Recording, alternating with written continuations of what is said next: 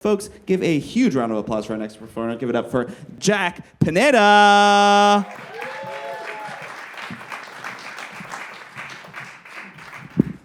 Hi, everybody. 1996. I don't know how many years that is ago. I'm. Thank you, man. This actually feels really nice at the beginning. I'm gonna tell you guys a story. I suppose you already knew that. I'm gonna tell you guys a story. Back in college, I lived in England for about a year.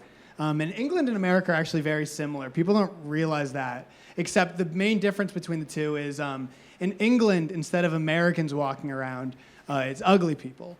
But other than that, fairly similar.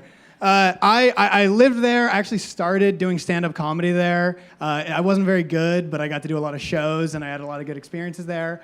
There's one show, though, that I did back then that sticks with me to this day, and it's because I have nightmares about it, and not for the reasons you might think. I remember the day I booked the show. I got an Instagram DM from somebody, and he wrote salutations, and I remember that specifically because I remember reading that and being like, okay, weary traveler, fucking calm down, dork. But he goes, salutations. I run a show on the outskirts of town. I'd love for you to be on it. It's tonight. I'll pay you £50 and you can just do 15 minutes. And I wrote back and I was like, dude, of course, I'd love to do that. Because like, I had never done 15 minutes of comedy before in my life. I was so new, but I'd always wanted to try it. And I'd never been paid for stand-up comedy. And for those of you guys that don't know, £50 is the equivalent of $20,000 US. So I was like, yeah, I'm in. So I wrote all this new stuff. I hopped on the bus to go to the outskirts of town that night, and I showed up to the venue, and I walked into the venue, and it turned out it was just like a dive bar. But I walked in, and the dive bar was completely empty. It was like dingy and disgusting, but empty. And suddenly the host, he came around the corner and he saw me and he was like, oh my God, hey, thanks so much for being here, man. How you doing? You made it. And he goes to give me a big hug, and we hugged. And I remember we hugged, and as we were hugging, he whispered in my ear, he went, now it's gonna be a beautiful night. Which, looking back, bit of a red flag. Even just a British man hugging me was a red flag. They don't even hug their kids. But she spit her drink out. She spit her drink out. She spit her drink out. I'm so good at this. Anyways, but I'm not picking my nose piercing keeps popping. I'm sorry, everyone. It's icky. Anyways, he hugs me and he goes, okay, so the show's actually in the back there. We already have like an audience and stuff. You're actually the first comedian that's here, so we think we're just gonna put you up first because we gotta start the show soon. Is that cool? I was like, yeah, it's fine. He goes, okay, great. Do you want to come in and hang out in the room, or would you rather go to the green room? And I was like, green? What am I, Jay Leno? Yeah, I'd love to go to the green room.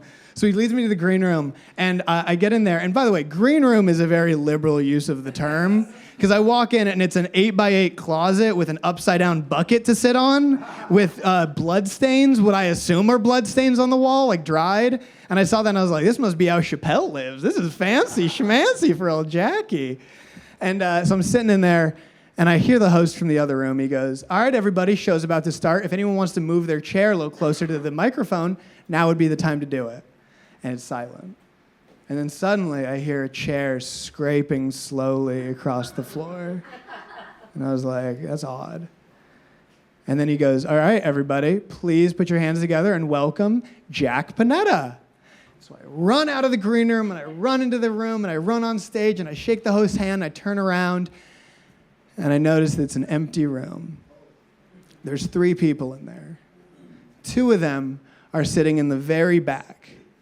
Both of them over the age of 73 years old, which you'd think is my demographic. But both of them not seeming too interested in anything I have to say, mainly because they were asleep.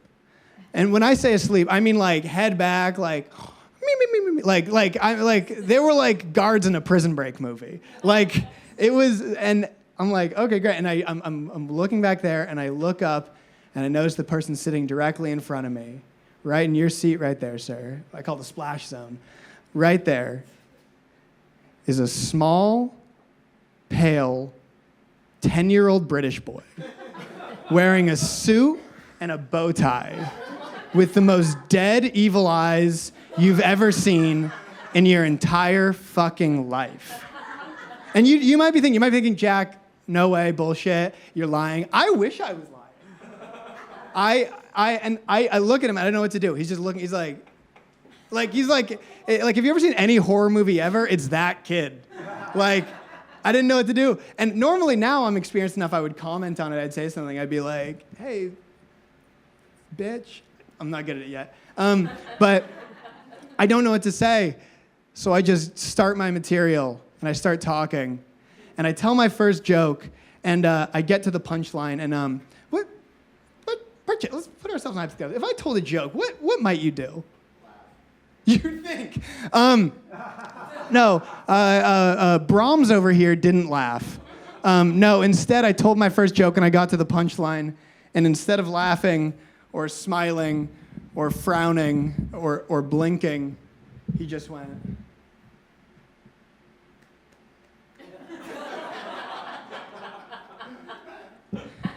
And I didn't know how to respond to that. I've never had that before, so I just looked at him and I went, thank you. And that went on for 12 more minutes. I told a joke, he politely applauded, and I said thank you.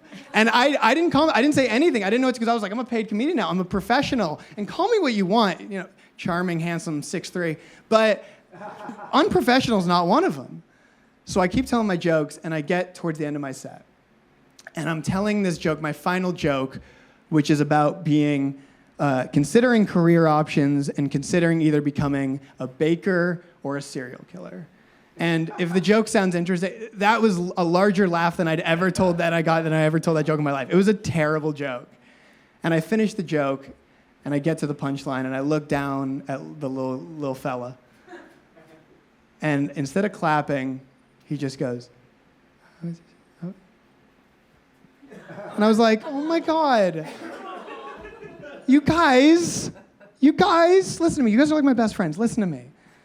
I was like, he's not evil. He's a little boy. Like his dad probably owns the pub. Like he probably would just rather be like sitting at a well wistfully.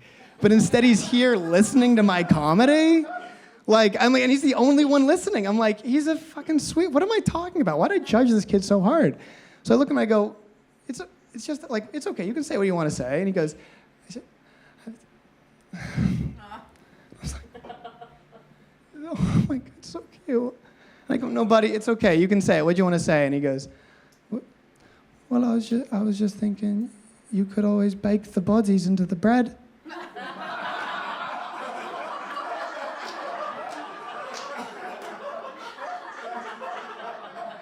And I was like, shut the fuck up, Cecil. What the fuck are you talking about?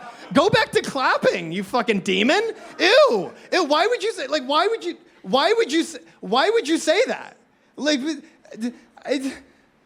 you can see it still flusters me to this day. I didn't know what to do. I just walked off stage. I didn't finish my joke. I didn't finish the set. I left being like, I think this kid wasn't laughing because he knew the day I was gonna die. Like, it was horrifying. I left. I didn't even wait for my money. I just walked out of the venue and never looked back. And you guys might be thinking, you're like, Jack, again, this sounds ridiculous. This can't be true. I wish it wasn't true because then I wouldn't be seeing this kid in my fucking nightmares. If anyone wants to walk back with me to my car tonight, I'd really appreciate it. Anyways, I think that's the end of my story. So thank you guys so much for listening. I appreciate it. Keep it going for Jack. Boy, oh boy.